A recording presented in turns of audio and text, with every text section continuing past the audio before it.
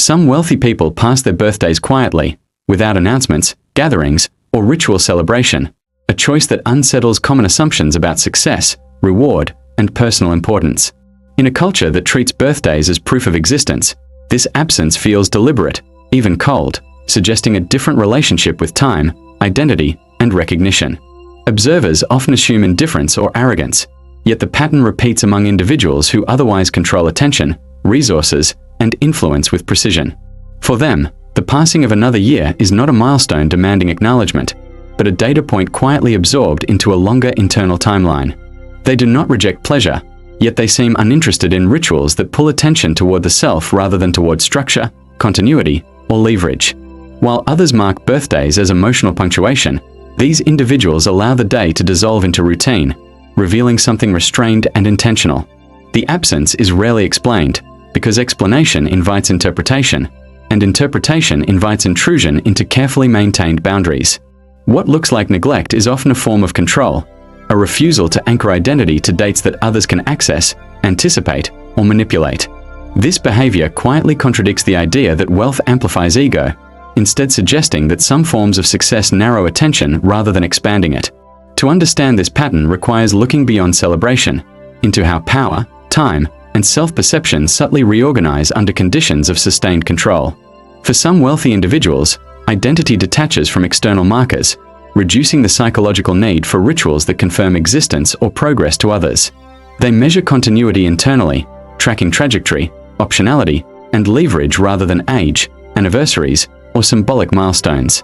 Birthdays emphasize time passing, yet those oriented toward long horizons often resist reminders that fragment focus into annual emotional checkpoints.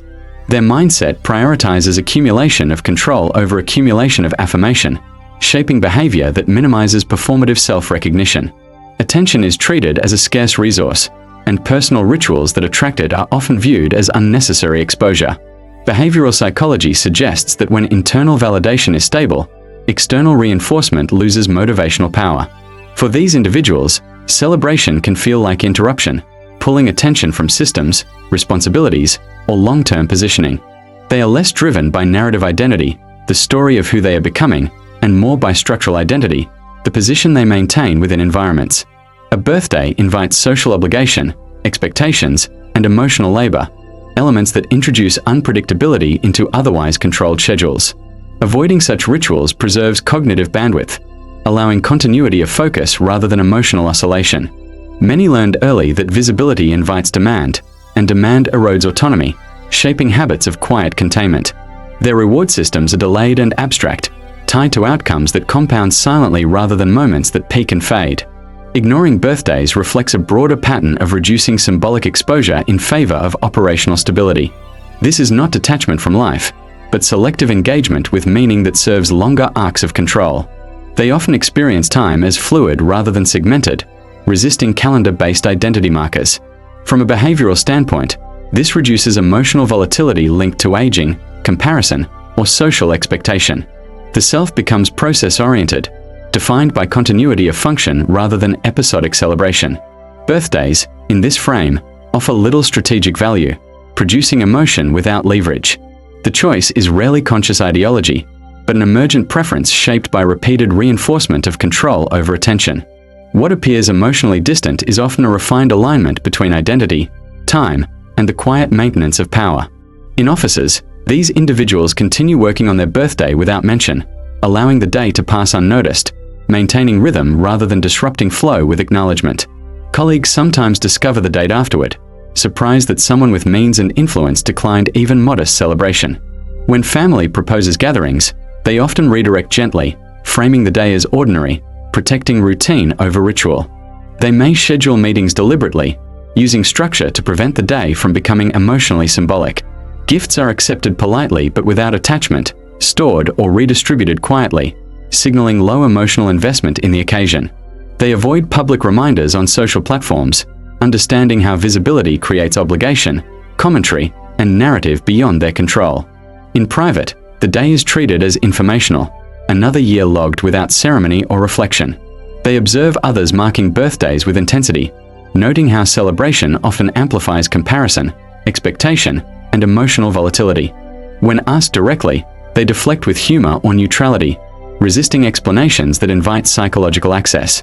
In partnerships, they emphasize shared routines rather than special dates, reinforcing continuity over episodic significance.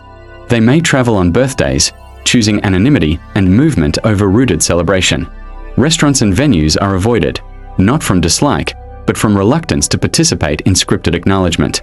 Assistants are instructed not to schedule events, reinforcing boundaries between personal time and social obligation.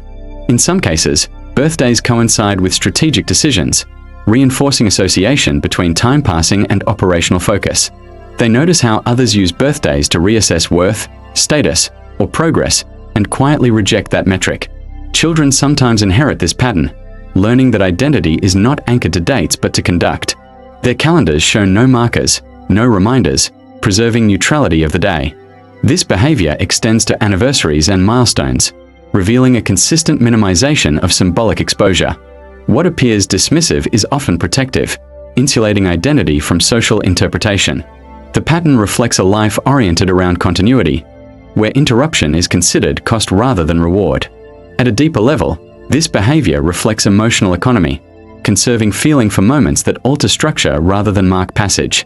The nervous system adapts to long-term control, reducing need for periodic emotional release through ritual. They experience self-continuity internally, reducing reliance on external confirmation of existence or progress.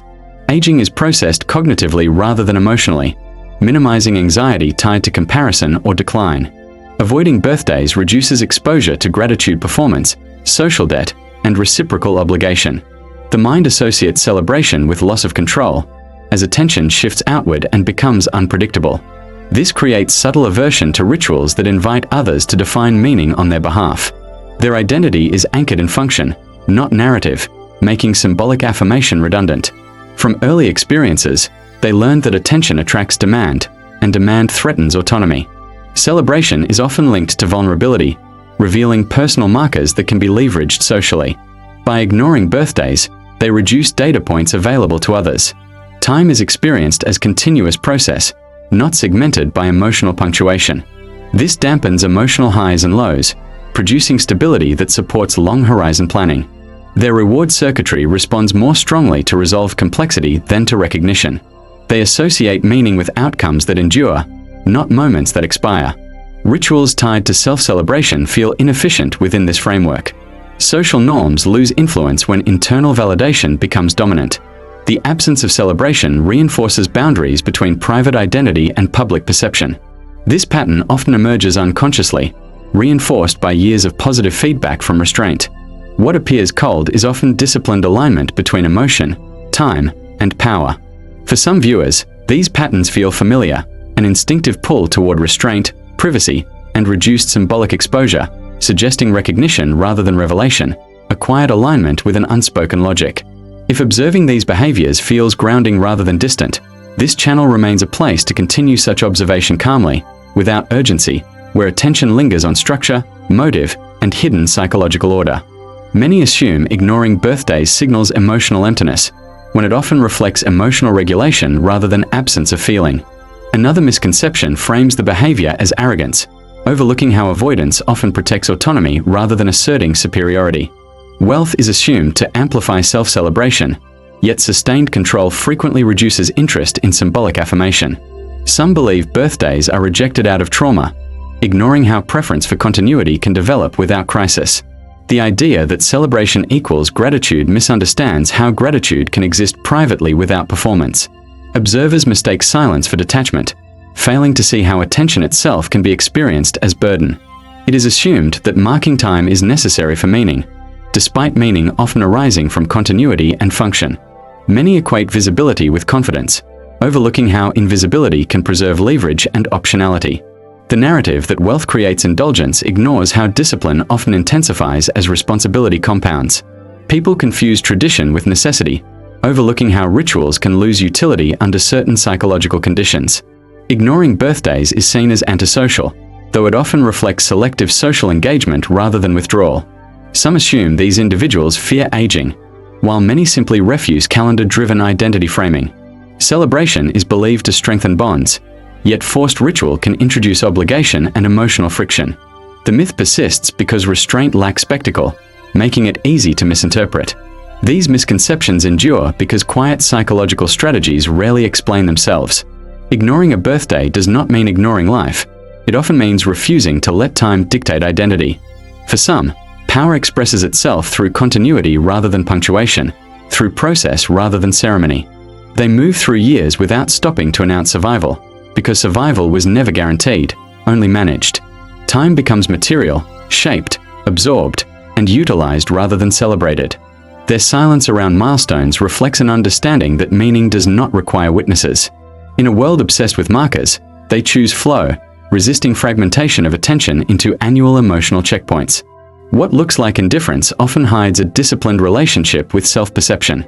They allow years to pass without ceremony because their sense of self does not require renewal. This restraint produces stability, insulating identity from comparison, expectation, and social interpretation. And in that quiet refusal to celebrate, they reveal a deeper truth, that power often lies in what no longer needs acknowledgement.